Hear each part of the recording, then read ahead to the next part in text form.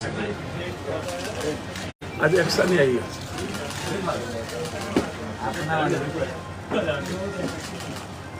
आज एक्शन ही आई। अब मैं बहुत इम्पोर्टेंट, कि मेरा गला दर्द कर रहा था, मैं क्षमा चाहता हूँ आप लोगों के लिए। खीर और सबकी लाइव चल रहा है तो मैं क्या करूँ। दो बातें हैं। मोबाइल पहला, मैं बिहार सरकार से मांग करता हूं, विजय सिन्हा के संपत्तियों की इंक्वायरी की मांग करता हूं, और बीजेपी और विजय सिन्हा की भूमिका, तमिलनाडु की घटना करवाने में इन लोगों की क्या भूमिका है, इनका मोबाइल डिटेल, कॉल डिटेल, इनके पीए का मोबाइल डिटेल, कॉल डिटेल, और इनके घर का सीसीटीवी फुटेज, कि कितने बार इन लोगों के यहाँ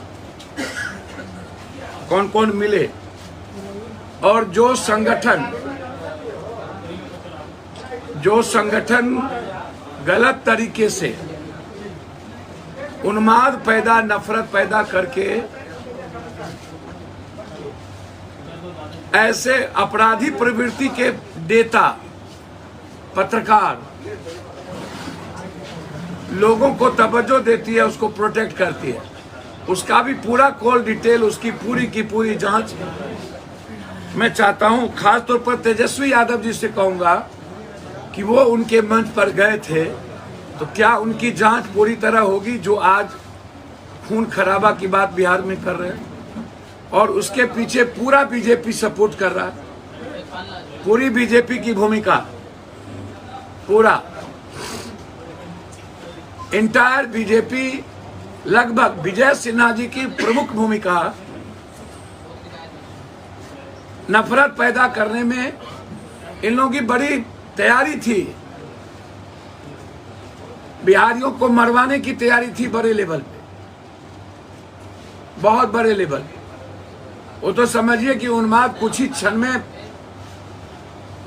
रुक गया, कुछ ही लोगों की जाने गई, तो इन लोगों पर 302 का मुकदमा लगना चाहिए। जो लोग इस तरह का उन्माद पैदा किए हैं, और जो लोग ऐसे लोगों को प्रोटेक्ट कर रहे हैं, चाहे वो कोई सोशल मीडिया के लोग हो, उनकी भी पूरी जांच की आवश्यकता है, क्योंकि पत्रकारिता जगत का सम्मान मुट्ठी भर कुछ अपराधी पत्रकार के चलते गिरी है, कुछ यूट्यूबर के चलते पूरे देश के पत्रकारों का सम्मान शर्मसार से झुका है। पूरे चैनल आज साख गिरी है। लोग किस पर भरोसा करें? पत्रकार ही, जज ही ऐसे बचे जिस पर लोग विश्वास करते हैं। लेकिन सवाल ये उठता है, जब पत्रकार जाति बन जाए, जब पत्रकार हिंदू मुसलमान हो जाए, दलित हो जाए, जब पत्रकार भगवान को बाइफरकेशन करके गाली गलौज शुरू कर दे, तो क्या वो पत्रकार है? क्या ऐसे पत्रकारों की लाइसेंस रद्द नहीं होनी चाहिए? जो अपराधी को प्रोटेक्ट करता है, जाति उन्माद पैदा करता है और जाति आधारित पत्रकारिता करता है। मैं एक कठोर कानून बनाने का मांग करता हूं कि जो सोशल मीडिया और यूट्यूबर्स, सोशल मीडिया यूट्यूबर्स जो आए हैं, उनमें किनको सरकार के दायरे में रह के काम करना चाहिए, किनको एजेंसी लाइसेंस देनी चाहिए या नहीं देनी चाहिए, ये सरकार एक कंप्लीट रूप से एक कानून बनाए। क्योंकि यूट्यूबर्स, कुछ यूट्यूबर्स के कारण जो अपराध के पैसे से और पूरे माफियाओं के पैसे से यूट्यूबर और सोशल मीडिया चला रहे हैं, वह समाज के लिए, लोकतंत्र के लिए खतरा बन गया, वो संविधान के लिए चैलेंजेबल बन गया। और इसकी जांच पूरे तरीके से होनी चाहिए। जो जेन्युइन यूट्यूबर और सोशल मीडिया है उनका अपमान हुआ है और उनकी विश्वसनीयता घटी है। इसलिए मैं तीसरी तरफ इंटायर कोचिंग, खास तौर पर खान को इतना प्रोटेक्शन कहां से मिलता है? बीजेपी क्यों खान के पीछे करे? और खान हमेशा नरेंद्र मोदी जी या अन्य लोगों को प्रोटेक्ट की बात कैसे करता है? खान एक टीचर नहीं है, एक अपराधी प्रवृत्ति के लोग बन चुके हैं और हमेशा विवाद में वो रहते हैं। खान है, इतने बड़े बड़े जो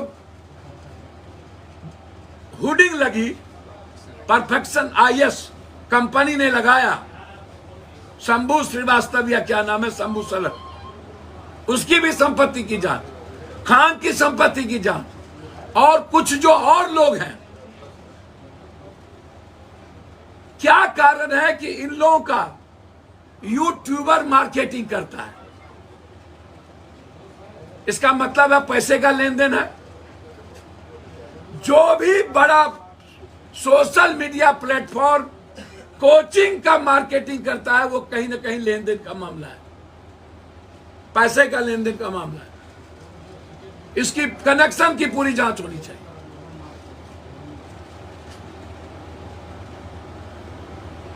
पूरी लगभग कुछ लोगों को छोड़ के लगभग जो यहां पर कोचिंग चलाने वाले लोग हैं वो यूट्यूबर्स और सोशल मीडिया के मार्केटिंग के बदौलत बिहार के बच्चों का एक्सप्लॉयटेशन कर रहे हैं,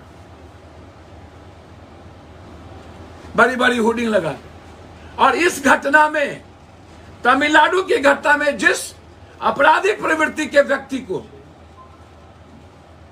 इन लोगों ने पैसा फंडिंग किया है, उन पर भी केस करके जेल में डालना चाहिए, हर कीमत, हर कीमत।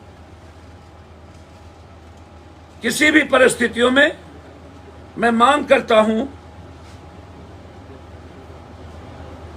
कि लोकतंत्र और इंसानियत खतरे में पड़ गई है। जो नेता को छोड़कर, नेता पहले से ही उन्माद पैदा करने में, दल में जितना जातीय उन्माद नेताओं ने नेता के कैरेक्टर पर था, लेकिन जब कोचिंग, पत्रकारिता नेताओं के राह पर चलने लगे तो अब देश की स्थिति, और जिस तरीके से 23 तारीख को जातीय आधार पर क्या अब अपराधियों की महामंडित होगी?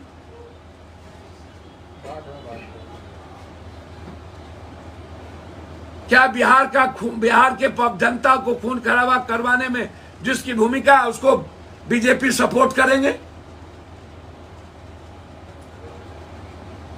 इसमें जाति कहां आती है?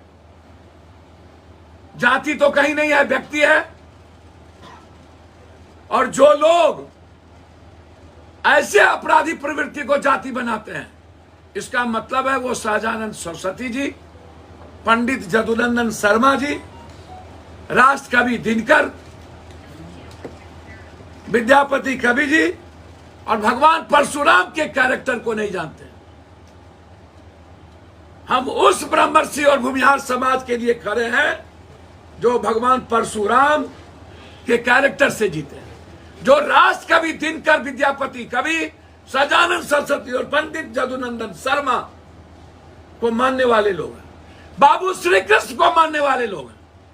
मैं तेजस्वी जी से आग्रह करूंगा कि अपराधी प्रवृत्ति के लीडर को तवज्जो मत दीजिए, उसके मंच पर मत जाइए। आपके कारण इन लोगों का मन बढ़ा है, इन लोगों पर कार्रवाई करके जेल में बंद करिए। नीतीश जी से आग्रह करेंगे, जो नेता किसी जाति को, किसी धर्म और मजहब को, चाहे जिस पार्टी का सत्ता, किसी भगवान को, गीता को, रामायण को, कुरान को गाली देता है, मजहब और जाति के आधार पर बाइफर्केशन करता है, वो संविधान के दायरे में रह के बात नहीं करता है, उनको भी यूओ के तहत जेल में बंद किया जाए। जब फर्जी पत्रकार और अपराधी पत्रकार बंद होंगे तो फर्जी नेता, अपराधी नेता को भी बंद किया जाए। मैं डिमांड करता हूं क्योंकि अब बहुत हो गया, पानी सर से ऊपर जा चुका है। जाति के आधार पर जाति का अपमान करना ये बंद करिए तेजस्वी जी, नीतीश जी, बीजेपी और विजय सिन्हा जी और बीजेपी के लोग। ये सही नहीं है। चुनाव आते आते इस तरह का रंग, इसलिए जो लोग ऐसे प्रवृत्ति के साथ खड़े होकर उसको प्रोटेक्ट कर रहे हैं, उन लोगों पे एफआईआर लॉन्च कर उन लोगों को जेल में बंद करना चाहिए, ताकि समाज बच सके, ताकि समाज का सम्मान बच सके। बस मेरा एक डिमांड और है, उसके बाद मेरा कुछ नहीं कहना है। अभी हम लोग लगातार, हमारी लड़ाई हो रही है। 60 साल पहले नहर के नाम पर जमीन अधिग्रहण किया गया, ये मैं बता दूं, हमीद नगर पुनपुन परियोजना। हमीद नगर पुनपुन परियोजना जो जगदेव बाबू का सपना था, जगदेव बाबू का सपना था। और पंडित जदुनंदन शर्मा जी ऐसे चीजों के लिए जाने जाते हैं लड़ने। 54 वर्षों से वो लंबित। 1974 में कुर्ता विधायक जगदेव बाबू ने इस बात को रखी थी, नारा दिया था हमीद नगर में बांध बनाएंगे और मछली भात खाएंगे। मुख्य उद्देश्य औरंगाबाद, गया, जहानाबाद और अरवल को सिंचाई व्यवस्था मुहैया करानी थी। इसके अलावा मोरहर और बल्दिया नदी को जोड़ना था, ताकि जहानाबाद, अरवल, औरंगाबाद और गया के किसानों के खेत में पानी जाए। जगदेव बाबू द्वारा बनाया पुराना नक्शा को बदलकर नए नक्शा पर आधारित जमीन अधिग्रहण कर रहा है, जिसका स्थानीय किसान विरोध कर रहे हैं। नहर बनाने के लिए अपनी जमीन सरकार को नहीं दे रहे हैं, क्योंकि नए नक्शे से अरवल, औरंगाबाद, गया और जहानाबाद जिले के किसानों को पटवन नहीं मिल पाएगा। विरोध करने का दूसरा कारण यह भी है कि जमीन के मुआवजा राशि का रेट भारी गड़बड़ी है। हर गांव का जमीन का अलग रेट 6 लाख प्रति बीघा तो कहीं 20 लाख प्रति बीघा दिया जा रहा है। तीसरा कारण, किसान लगभग 100 साल से खेत को जोत रहे हैं, इतने दिनों से मालगुजारी दे रहे हैं और उनको ब्रह्मत्तर और बकासत के नाम पर उन लोगों को 22 बीघा 4 बीघा जमीन जा रहा है, 2 बीघा 4 बीघा जमीन, लेकिन सरकार आज तक नोटिस नहीं ले रही। 60 साल पहले भी नहर के नाम पर जमीन अधिग्रहण किया गया, आज तक पानी नहीं आया। और महत्वपूर्ण कारण किसानों का विरोध। किसान नेता पंडित जदुनंदन शर्मा, मझगामा उच्च विद्यालय प्रांगण, 16/3/2003 से अनिश्चितकालीन लोग धरना पर बैठे हैं। मैं सरकार से डिमांड करता हूं, वहां 3 गुना मुआवजा किसानों को मिले। जगदेव बाबू जिस नक्शा को तय किए थे उस पर अमल किया जाए। और 54 के बाद आज तक पानी नहीं मिली। कई बार लालू यादव ने भी बनाने की कोशिश की, नीतीश कुमार घोषणा करके यह नहीं हुई। इसीलिए पूरी सर्वदलीय और मेरी पार्टी लगातार बजियागामा में बैठी हुई है, धरना पर बैठा हुआ है। हमारे नेता रोशन शर्मा और सारी पार्टियों को लेकर मैं डिमांड करता हूं, अन्यथा मझगामा से लेकर अरवल तक हर गांव की पदयात्रा, यदि सरकार नहीं सुनी तो अप्रैल में पदयात्रा का कार्यक्रम शुरू करूंगा और गया होते हुए गया के मैदान में सरकार से अपनी डिमांड रखूंगा। बस ये 2 मांग है। अब आप लोगों को कुछ पूछना। आज पटना में रुपसपुर इलाके में आरजेडी के विधायक के द्वारा जमीन कब्जा करने का मामला आया है, फायरिंग भी हुई है। सर मैं बहुत क्लियर हूं, मैंने बहुत महत्वपूर्ण मुद्दे उठाए हैं। किसी को भी ये आरजेडी विधायक नहीं, क्या बीजेपी विधायक कब्जा नहीं कर रहे? क्या जदयू विधायक कब्जा नहीं कर रहे? विधायक किसी पार्टी का हो,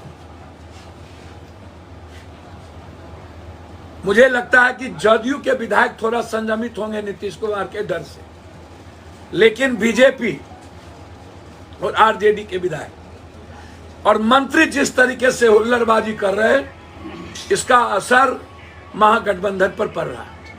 कांग्रेस और जदयू के विधायकों का कैरेक्टर नेताओं के चरित्र से जुड़ा हुआ है, कांग्रेस की आइडियोलॉजी से जुड़ा हुआ है, इधर नीतीश कुमार के कैरेक्टर से जुड़ा हुआ है। मुझे नहीं लगता कि बहुत बड़ी गलतियां जदयू और कांग्रेस कभी करेगी, लेकिन आरजेडी के विधायक पर कोई कंट्रोल नहीं है। आरजेडी के विधायक कुछ भी किसी को गाली देंगे, जब मुख्यमंत्री को ही गाली देते हैं और किसको बख्शेगा। गाली देने का बड़ा रिजल्ट यह निकला कि उसके दूसरे भाई को एमएलसी की टिकट दे दी गई। और जब तेजस्वी जी के गाड़ी पर ऐसे महाबली सब बैठेंगे, खड़े रहेंगे, तो एसडीओ बीडीओ दरोगा क्या करेंगे। हम भट्टी साहब से आग्रह करेंगे, आपके लिए अग्नि परीक्षा है। ऐसे लोग जो सत्ताधारी जमीन कब्जा करने में गोली चलाते हैं, बिना किसी कारण और सत्ता के पूछे उन्हें जेल में बंद कर। विधायकों की तो वेतन भी बढ़ गया है। मंत्री का बड़ा विधायक, सबका वेतन दुनिया में बढ़ता है, बस गरीब और किसानों के लिए कुछ नहीं बचा है दुनिया में, रोजगारों के लिए कुछ नहीं बचा है। हम 6,000 रुपया पर कैपिटा कुत्ता से भी बदतर जिंदगी बिहार के लोग जिएंगे। नेता लोग के परिवार को मस्ती में रहना चाहिए। आम लोगों की जिंदगी जितना कुत्ते से भी बदतर हो जाए उस पर कोई सवाल खड़ा नहीं करना। कल सर बिहार बंद की घोषणा की गई है, आशुतोष कुमार ने कहा है। कौन है मैं नहीं जानता हूँ, वो तेजस्वी जी से पूछिए। अपराधी के समर्थन में बिहार बंद होगा? तेजस्वी जी से पूछिए कि ये कौन आदमी है। मैं उस व्यक्ति के बारे में नहीं जानता हूँ, मैं कुछ नहीं कह सकता, मैं किसी के बारे में कहने नहीं आया हूँ। लेकिन जिन लोगों ने इतनी बड़ी घटना करवाई है और लगातार शुरू से लेके महात्मा गांधी तक को गाली दिया है इस व्यक्ति ने। महात्मा गांधी के गाली देने के बाद क्या उस पर देशद्रोह का मुकदमा नहीं लगना चाहिए? क्या वो देशद्रोही नहीं है? ये पटेल पूरा देश घूम गया, कोई पटेल मियां होता पूरा चैनल भरा रहता, और आज गाली दिया जाता नेहरू खानदान को, राहुल गांधी को। किस बात का डर है राहुल गांधी और नेहरू खानदान से, इस बीजेपी को? महात्मा गांधी को बैठ के गाली दिया इसने।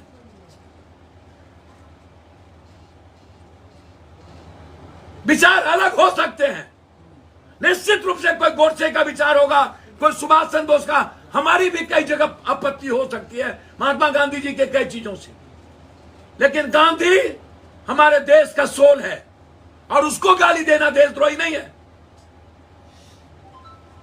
और ऐसे लोगों को प्रोटेक्ट करना, ये तेजस्वी जी से पूछिए, जो मन पर जाकर के ऐसे लोगों को तवज्जो देते हैं। हमसे मत पूछिए। तेजस्वी जी, श्री बाबू का इतिहास है हमारा बिहार, धरोहर है श्री बाबू का। उसके पहले राज कवि दिनकर का, पंडित जदुनंदन शर्मा का, सजानंद सरस्वती का, ऐसे गंदे लोगों का नहीं। और मैं कह रहा हूं कि सबसे बड़ा ब्रह्मर्षि या कोई जाति पप्पू यादव है। मैं मर जाऊंगा जाति और धर्म के खिलाफ एक सवाल, राजनीति करूं न करूं, कुर्सी मिले न मिले, लेकिन जाति और हिंदू मुसलमान के सवाल पर किसी को गाली नहीं दूं। पप्पू जी, कहा जा रहा है कि तेजस्वी यादव को चैलेंज करने के बाद ही इस तरह की बड़ी कार्रवाई मनीष कश्यप के विरुद्ध हुई है। कौन है ये आदमी? सामने आइए ना, चेहरा देखना चाहिए। सर, एक बात समझ में नहीं आता है, स्क्रिप्ट कहाँ लिखा गया? ये लोग तेजस्वी यादव को क्या चैलेंज करेंगे? सर, तेजस्वी यादव जी खुद ही इन लोगों के मंच पर गए हैं, इन लोगों को तवज्जो दी है। तेजस्वी यादव के पैर के धूली हैं क्या ये अपराधी लोग? स्क्रिप्ट कहां लिखा गया? नागपुर में। तय कहां हुआ? दिल्ली में। और बुलवाया गया कहां? अपराधी के द्वारा। 180 दिन ये तय कौन किया? और मैं आपसे पूछना चाहता हूं, मैं नहीं जानता हूं आप किस जात के लोग हैं, मैं आपसे पूछना चाहता हूं, जरा हमको आप ये बताइए, क्या वो वीडियो जो बना है जिन नेता और जिस अपराधी पत्रकार के द्वारा, क्या वो गलत नहीं है? जिससे दर्जनों बिहारी मारे गए और पीटे गए, फिर वहां पर जाकर के वहां के नेताओं ने क्यों पैदा किया?